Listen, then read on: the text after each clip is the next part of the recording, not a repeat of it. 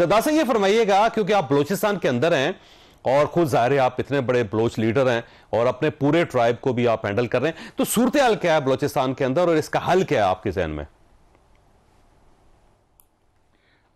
شکریہ چند صاحب. ایسا ہے کہ یہ تو یقینی طور پہ اس وقت حالات ٹھیک نہیں ہیں، لیکن اس کے بیک گراؤنڈ میں جاؤں گا کہ دیکھیں یہ صوبہ ایک گلدستہ ہے. اس میں بلوچ، پشتون، سرائکی، سندھی، ہزارے، کیتران، براویز، بہت ساری قومیں آباد ہیں.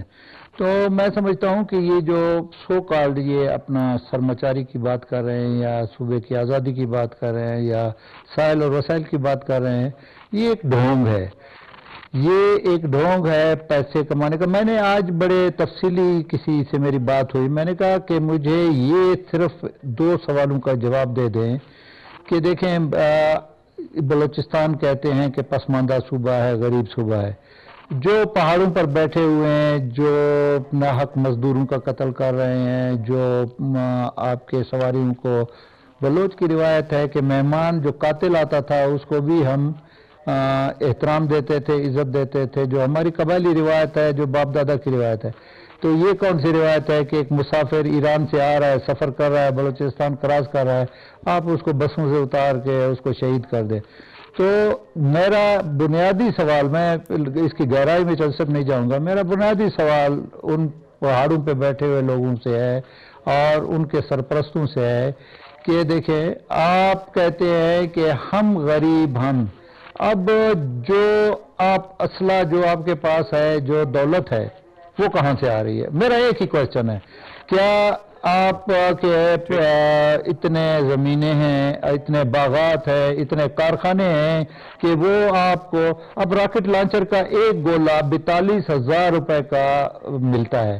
اچھا، یہ ریوڑیوں کی طرح ان کو استعمال کرتے ہیں، گولی لاکھوں، ہزاروں، لاکھوں میں آتی ہے، یہ استعمال کرتے ہیں. تو ان سے پوچھے کہ یہ پیسہ کہاں سے آتا ہے؟ یہ ان کا پیسہ 2 جگہ سے آ رہا ہے. انہوں نے ایک وہ پرسپشن بنا لیے کہ ہم آزادی کی جنگ کر رہے ہیں.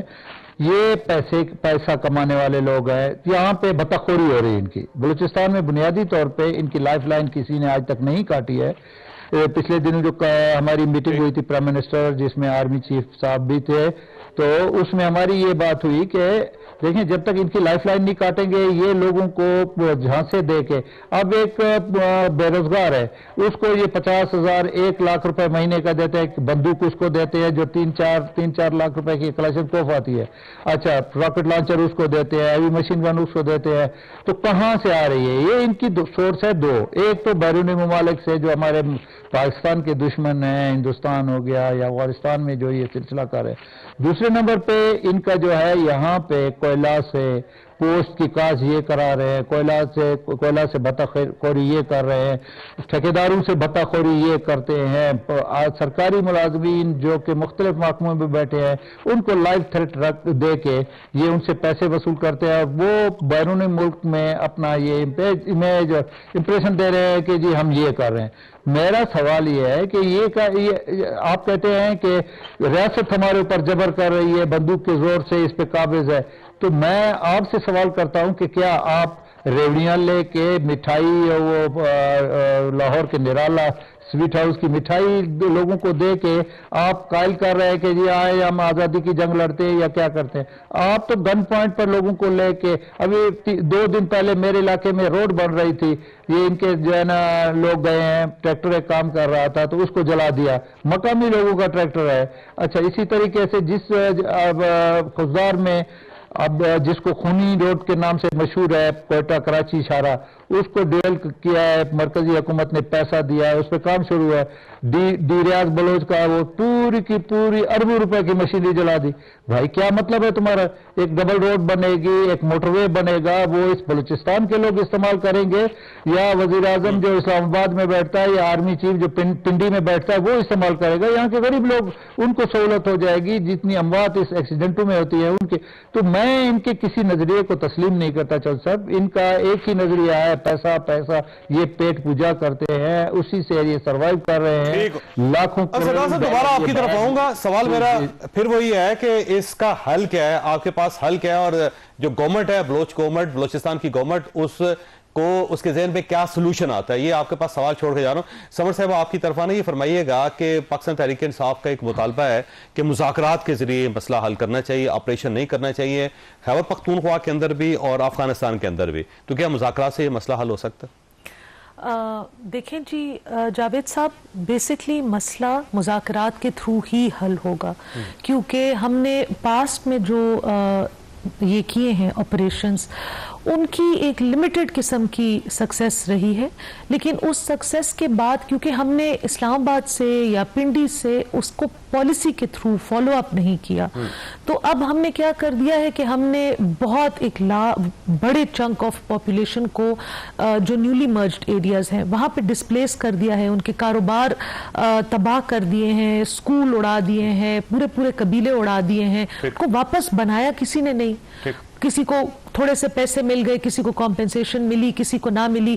جو خواتین ساری عمر گھروں سے باہر نہیں نکلی تھیں وہ انہوں نے کھلے آسمان کے نیچے مہینے گزارے, بہت لوگوں نے سختیاں گزاری, تو at the end of the day ان کو کیا ملا؟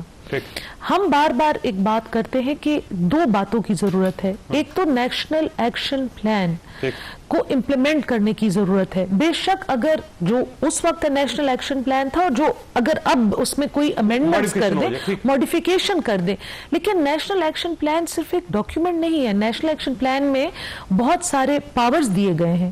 جو لوگ ٹیررسٹ کے سمپتھائزرز ہیں, انیبلرز ہیں یا ٹیررسٹ ہیں, ان کو سخت سے سخت سزا بھی نیشنل ایکشن پلان میں لکھی گئی ہے. دیکھیں ہمارا مسئلہ کیا ہے, ہم یو کی طرح اسٹیٹ بھی اپنی پالیسی سوئنگ کرتی ہے. ہمارے بہت سے مذہبی رہنما نرم گوشہ رکھتے ہیں ان لوگوں کے لیے جو ہر تھوڑی دیر بعد ہتھیار اٹھا کے پاکستان کی نہتی عوام کے اوپر وہ کرتے ہیں. پھر جن لوگوں کو میری طرح یا میری فیملی کی طرح یا پختونخوا بلوچستان کے لاکھوں خاندانوں کی طرح جو اس ٹیررزم کی زد میں سفر ہوئے ہیں, ہمیں تو کوئی کلوجر نہیں ملا, ہمیں کوئی جواب نہیں ملا. تو جب ہم کہتے ہیں ٹروتھ اینڈ ریکنسیلیشن کمیشن آئے, کہ پرانے زخموں کو بھی ہم نے مرہم لگانا ہوگا تو ہم ایک قوم کی طرح ہیل ہو کر آگے جائیں گے. جو ہم کہتے ہیں ڈائیلاگ کرنا چاہیے یا آپریشن کرنا چاہیے. دیکھیں جی, نیشنل ایکشن پلان پہ پہلے فوکس کرنا چاہیے. سارے جو سٹیک ہولڈرز ہیں ان کے ساتھ ڈائیلاگ کرنا چاہیے, لیکن جو کہ ٹیررسٹ بیٹھ کے آپ کی فورسز کے خلاف, آپ کی عوام کے خلاف اس طرح کا ایکشن لیتے ہیں ان کو ضرور, لیکن پھر منو ان اگر اس کے پیچھے جائیں, ان کو آپ وہ کریں تو پھر ایک پالیسی بنائیں. صرف ہم فی الحال ایک ری ایکٹیو پوزیشن میں ہماری گورنمنٹ اور ہماری اسٹیٹ ہے, وہ ایک کیٹاسٹروفی ایونٹ کرتے ہیں, ہم اس کو ری ایکٹ کرتے ہیں. ایک پالیسی بنائے اور پھر سنجیدگی سے اس پالیسی کو فالو بھی کریں. ایک لانگ ٹرم پالیسی ہونی چاہیے جو فوری طور پہ جس کے اوپر عمل درآمد کر کے اس مسئلے کو حل کیا جا سکے. شوکت صاحب آپ کی طرف آؤں گا, سوال آپ کے پاس چھوڑ کے میں بریک لینا چاہ رہا ہوں. سوال سادہ ہے کہ اگر کل آپ پارلیمانی کمیٹی کے اجلاس میں ہوتے تو زیادہ بہتر نہ ہوتا, ایک نیشنل کنسنسس کے ساتھ ایک پالیسی بن جاتی, اس سے آپ کا صوبہ سب سے زیادہ فائدہ اٹھاتا, تو آپ نے اپنے صوبے کو کیوں محروم رکھا؟ چھوٹی سی بریک, اور بریک کے بعد دوبارہ ضرورت.